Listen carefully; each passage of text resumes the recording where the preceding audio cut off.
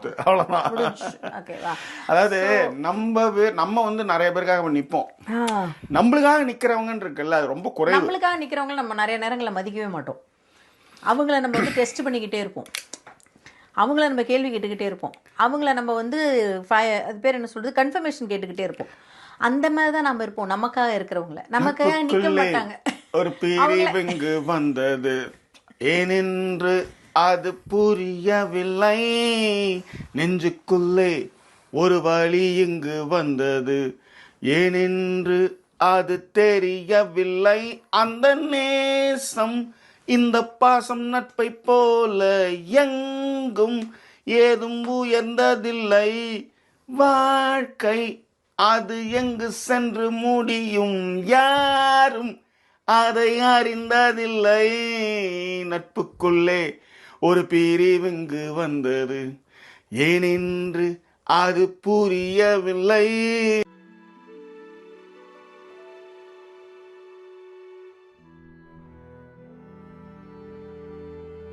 நீங்க அது பாட்டு ஒரு பக்கம் போயிட்டு இருக்க, நாங்க பாடுவோங்க. நாங்க ஏன்னா செஞ்ச வினை எப்படி வினை, அதற்கான செயல் வினை. குறுக்கு சிறுத்தவளே என்ன குங்குமத்தில் கரைச்சவளே, நெஞ்சில் மஞ்ச தேய்ச்சி கூலிக்கையில் என்ன கொஞ்சம் பூசு தாயே,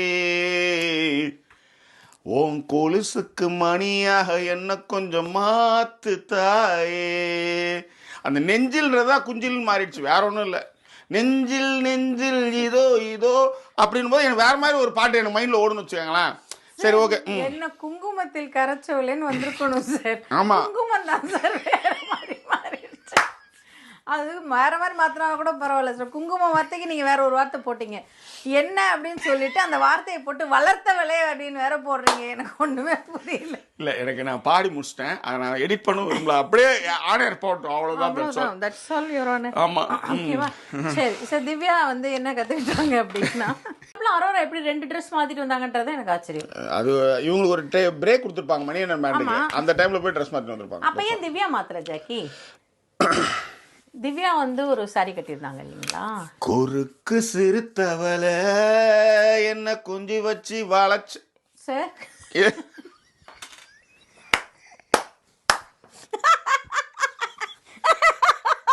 3 நாள்ல பொண்டாட்டி சிரிச்சு நான் பாட்டே.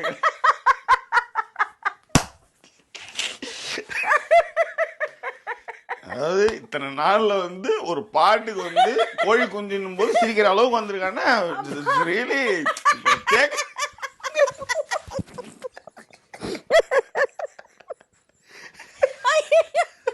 அது இல்ல சார், நீங்க பாடு திரும்ப கேளுங்க. அம்மா என்ன வேற வந்து சொல்லிக்கிட்டீங்க. அம்மா ஓகே அப்பா ஏமா விடாத கருப்பு மாதிரி. சரி, இந்த டைம்ல நம்ம ஒன்று கண்டிப்பாக சொல்லி ஆகணும். பிரியா அவங்க வந்து பேர் என்ன, நம்ம ஏற்கனவே சொல்லியிருந்தோம், நான் வந்து எழுதாமல் வச்சுருந்தேன், அதெல்லாம் நம்ம ஏற்கனவே காமிச்சிருக்கோம். அந்த இஸ்தான்புல் ஸ்வீட்ஸ் அப்படின்னு ஒரு 41 ஐட்டம்ஸ் ஒரு பாக்ஸு, அப்புறம் வந்து ஸ்மெல் அந்த என்னது ஃப்ராக்ரன்ஸ் டிஃப்யூசர், அது இதெல்லாம் வாங்கி அனுப்பிச்சாங்க அவங்க. அதுவும் அதே நேரத்தில் வந்து டிபியை வந்து காருக்கு வந்து சின்ன உபகரணங்கள்லாம் வாங்கி கொடுத்தான். கோபி வந்து லைட் அனுப்பிச்சான், அப்புறம் பென்னு, அதுக்கப்புறம் வந்து இதெல்லாம் இன்றைக்கி தான் நான் எழுதினேன் ஆக்சுவலாக. எவ்வளோ சன்னிடே வந்து அனுப்பிச்ச அந்த பேக்ஸு அண்டு சாக்லேட்ஸ் அதெல்லாம் பெரிய விஷயம் அதெல்லாம். ஸோ கூடவே கான்ட்ரிபியூஷனாக வந்து ரம்யா அவங்க வந்து 51 பவுண்ட்ஸ் வந்து கொடுத்துருக்காங்க. அதே நேரத்தில் நம்ம சேனலை வாழ வைக்கும் பாத்திமா அபு வந்து 70 பவுண்டு வந்து கொடுத்துருக்காங்க. 71 பவுண்டு, அது சாதாரண விஷயம் கிடையாது. இது ரெண்டுமே வந்து இது இந்த நேரத்தில் சொல்லணும்னு ஆசை எனக்கு. ஏன்னா என்னை பார்த்துக்கிறவங்க, என்னை கொண்டாடுறவங்கள நான் வந்து என்றைக்குமே விட்டு கொடுக்க மாட்டேன். So thank you so much. இது இத்தனை நாள், இந்த 105 நாள்ன்றது வந்து வேலை முடியுது, சந்தோஷம்தான். ஆனால் ரெகுலராக வருவோம். இது பயங்கரமான கமிட்மெண்ட் மட்டும் கிடையாது, வாழ்னு கத்திட்டு இருக்க மாதிரி ஒரு விஷயம், டார்ச்சர். உண்மையிலே நாங்கள் வந்து போயிருப்போம். என்னன்னா இந்த ஸ்காட்லாந்து டூர் போனதுல கொஞ்சம் தப்பிச்சிட்டோம்னு வச்சுக்கோங்களேன். உண்மையிலே நானே அது யார்கிட்டயோ இப்போ ரீசெண்டாக கூட சொன்னேன், அந்த டூர் வந்து எவ்வளோ ஒரு இதுவாக இருந்தது அப்படிங்கிறத. So thank you for that. ஆக்சுவலாக அதுக்கு வந்து கோபி அவர்களுக்கு தான் வந்து நன்றி சொல்லணும்னு வச்சுக்காங்களேன். சொல்லுங்கள் சார். அவ்வளோதான், நீங்கள் சொல்லுங்கள்.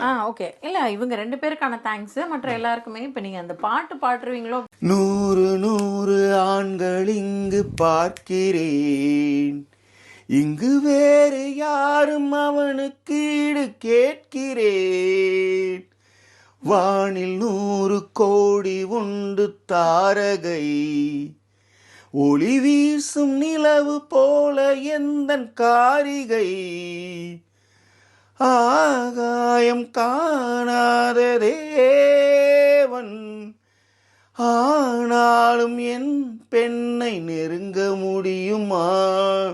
Thank you ma'am. ஏன்னா அவங்களுக்கும் ஒரு உற்சாகம் கொடுக்கணும்ல. கண்டிப்பாக. நதியே நீராடத்தான் உன்னை அழைத்தேன், பூவே நான் சூடத்தான் நாள் பார்த்தேன், நானாகத்தான் காத்து கிடந்தேன், காற்றே உன்னை பார்த்ததும் கை சேர்த்தேன், மானே உன் அழகினில் நானே ஓவியம் வரைந்தேனே, கஞ்சாடை சொல்ல நானே என் இதயத்தை தானே எழுதி கொடுத்தேனே, நீ சொந்தம் கொள்ள, பனி தூங்கும் ரோஜாவே என்னை வாங்கும் ராஜாவே, ஒரு நாள் திருநாள் இது நாள் வரவோ, நாணம் என்ன அச்சம் என்ன. தேங்க்யூ. வழியில் வந்தார், கூட்டு வந்தார், வண்டியில் கூட்டு போனார், மெரினா பீச் கிட்ட அவங்கள பார்த்தேன் இப்படின்னு ஏதோ ஒரு ஃபோன் கால் வரும்போது நீங்கள் சரி சொல்லுங்க ஜாக்கி. நீங்கள் மெரினா பீச் கிட்ட பார்த்தா வெளியில் வந்தார், ஆமாம் வந்திருக்காரு, மெரினா பீச் கிட்ட கூட்டிகிட்டு போயிருக்காரு, அப்புறம் என்ன சொன்னீங்க ஜாக்கி? வண்டியில் கூட்டின்னு போனார், பார்த்துருக்கேன், அப்புறம் ஜாக்கி சொல்லுங்க. என்னது சொல்லுங்க மத்த சொல்லுங்க. இது நீங்க இப்ப அடுத்தடுத்து என்ன சொல்ல வந்தீங்க? வெளியில வந்திருக்காரு, கூட்டு போயிருக்காரு சொன்னீங்கல்ல, அதுதான் கேக்குறேன். எல்லாம் கன்ஃபார்மா? எல்லாம் கன்ஃபார்ம் நடந்திருக்கு. நம்ம என்ன பண்ண முடியும்? அறியாத பருவத்துல விளையாடும் நேரத்துல உன் குரலை கேட்டேன், நான் என்னென்னவோ நினைச்சேன், அறியாத பருவத்துல விளையாடும் நேரத்துல உன் குரலை கேட்டேன், நான் என்னென்னவோ நினைச்சேன், புரியாத வயதினிலே வளர்ந்தாடும் இளமையிலே மானிடத்தில் ஏ மனச கொடுத்து பின்னே தவிச்சேன், வயசோடு வந்ததெல்லாம் விளங்கலையே அப்போது, விடை வருதே விளங்காத கேள்விக்கெல்லாம் விடை வருதே இப்போது, கருப்பும் இல்ல வெளுப்பும் இல்ல கண்ணுல தானே பேதம் இருக்கு. ஆனா இப்ப நான் நிக்கிறதே எதுக்குன்னு அப்படி இப்படிலாம் பண்ணலாம்ல. நானும் வேற நல்லாவே தெரியுமே வந்துட்டு போனேன்னா அதுதான் மேட்டர். சொல்லுங்க. இல்ல இந்த டாடி லிட்டில் பிரின்சஸ்ங்கிறது எங்க அம்மா நினைக்கிறேன். சொல்லுங்க. சூப்பர். ஸோ ஒரு கவிதை ஒன்று எழுதியிருந்தேன் நான் லவ் பண்ண காலத்தில். அதை சொல்றேன் இப்போ கிடையாது, இப்போ எதுக்குன்ற அதான் அதேதான் இங்கே என்ன கிடைக்குதோ அங்கேயே அதே கிடைக்கும். நான் எழுதியிருந்தேன். நீங்க எத்தனை எழுதிருந்தீங்க கவிதை? என்னையே கொடுத்தேன், தண்ணியே கொடுத்தேன், நல்லா வந்துடும். ஓகேவா?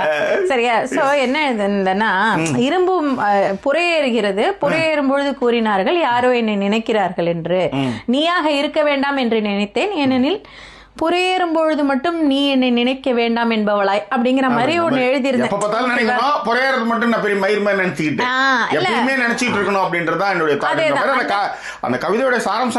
அதேதான். இன்னொரு ஒரு சாராம்சமும் இருக்கு அதுல. நான் வந்து இன்னொன்னு என்ன சொல்லியிருந்தேன்னா, புறையேறும் பொழுது மட்டும் வந்து நினைக்கிறவனாய் நீயா இருந்தால் இந்நேரம் நான் இறந்தே போயிருக்க வேண்டும் புறையேறியே அப்படின்னு சொல்லிட்டு போட்டிருந்தேன்.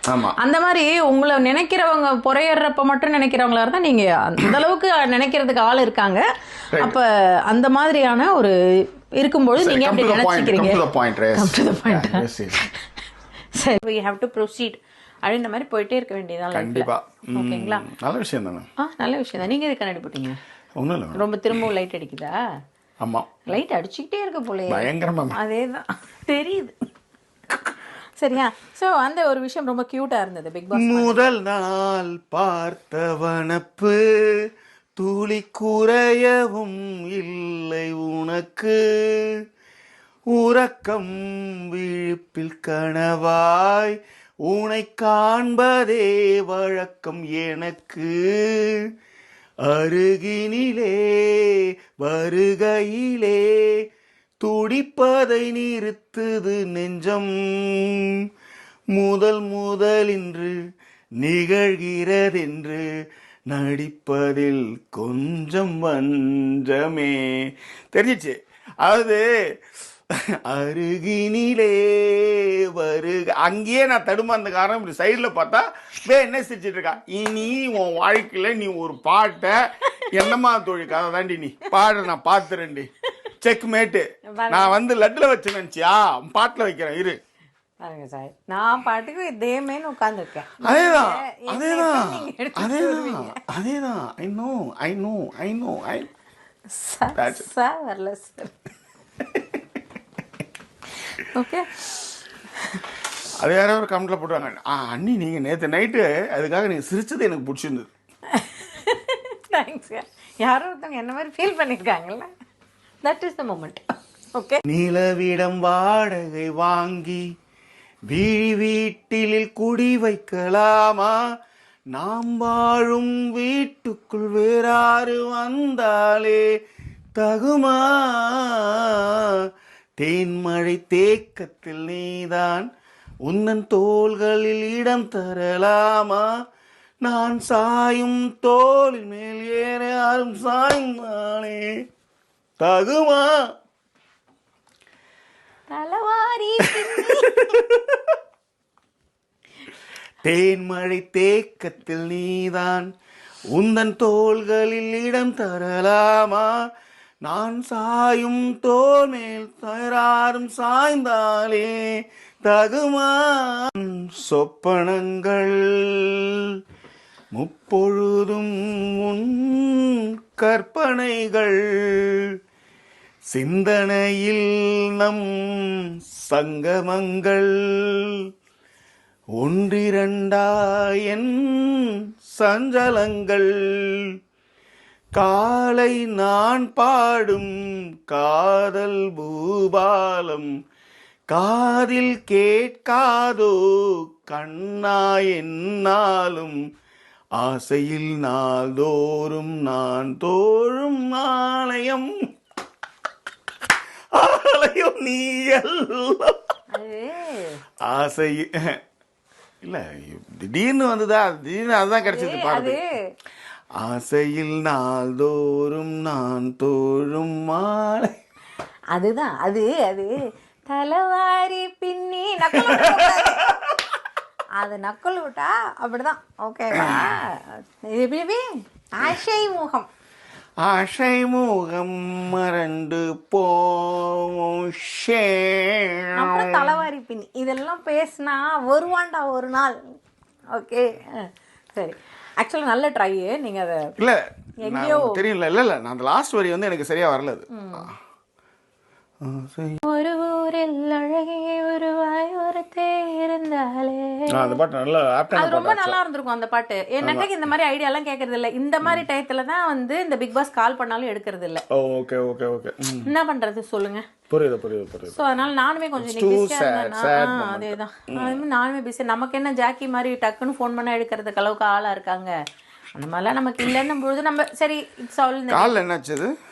காலில் என்ன ஓட்டி சார் புக்குமா? ஆனால் இந்த இடத்துல நான் ஒரு விஷயம் சொல்லுவேன். நிராகரிப்புகள், இந்த மாதிரி நிராகரிப்புகள் நம்ம நிறைய வச்சவங்களுக்கு வந்து நாம வந்து 3வது சாய்ஸா இருப்போம், 5வது சாய்ஸா இருப்போம், அவங்களுக்கு நிறைய ப்ரியாரிட்டி இருக்கும்.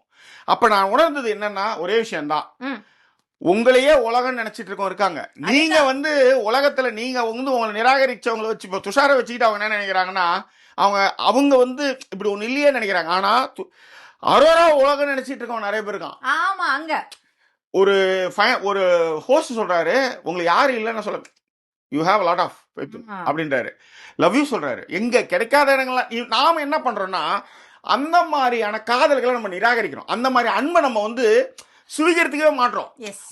அந்த ஒன்னையே நம்ம சுத்திட்டு இருக்கும்போது தான் நம்மளுக்கு என்ன பிரச்சனை ஆகுதுன்னா அது நிறைய ஏமாற்றங்களை கொடுக்குது. அதனாலதான் வந்து இவரு சொல்லுவாரு, நம்ம தியாகராஜ குமார் சொல்லுவாரு, எதை மேல அட்டாச் பண்ணாதீங்க. அட்டாச் பண்றதே உங்களை வந்து அட்டாச்மெண்டோட இருக்கிறதே உங்களை வந்து வச்சு காலி பண்ணுவாங்க. கண்டிப்பாக. நான் ஒரு படம் எடுத்துட்டு இருந்தேன், அந்த படம் ரொம்ப பிடிச்சது. ஒரு கட்டத்துல இப்படிலாம் சீன் வைக்கணும்ன்றாங்க. நீ படத்தை எடு ரிலீஸ் பண்ண மயிறு நான் போயிட்டேன். புரியுதா? இப்ப என்ன சரிங்க நீங்க சொல்றதே செய்யுங்க அப்படின்னு வந்தால அதேதான். அததான் வந்து எக்ஸாம்பிளா சொன்னாரு. அதுல வந்து அந்த பொண்ணு வந்து அதை புரிஞ்சுக்கிட்டாலும் ஒன்றே ஒன்றுன்னு நம்ம இருக்கிறோம்ல, அது ரொம்ப தப்பு. அது நம்மளுக்கான காதல் வந்து எல்லா இடத்துலயும் பரவி கிடக்குது. நாம தான் ஒன்னையே பிடிச்சி தொங்கிட்டு இருக்கோம்.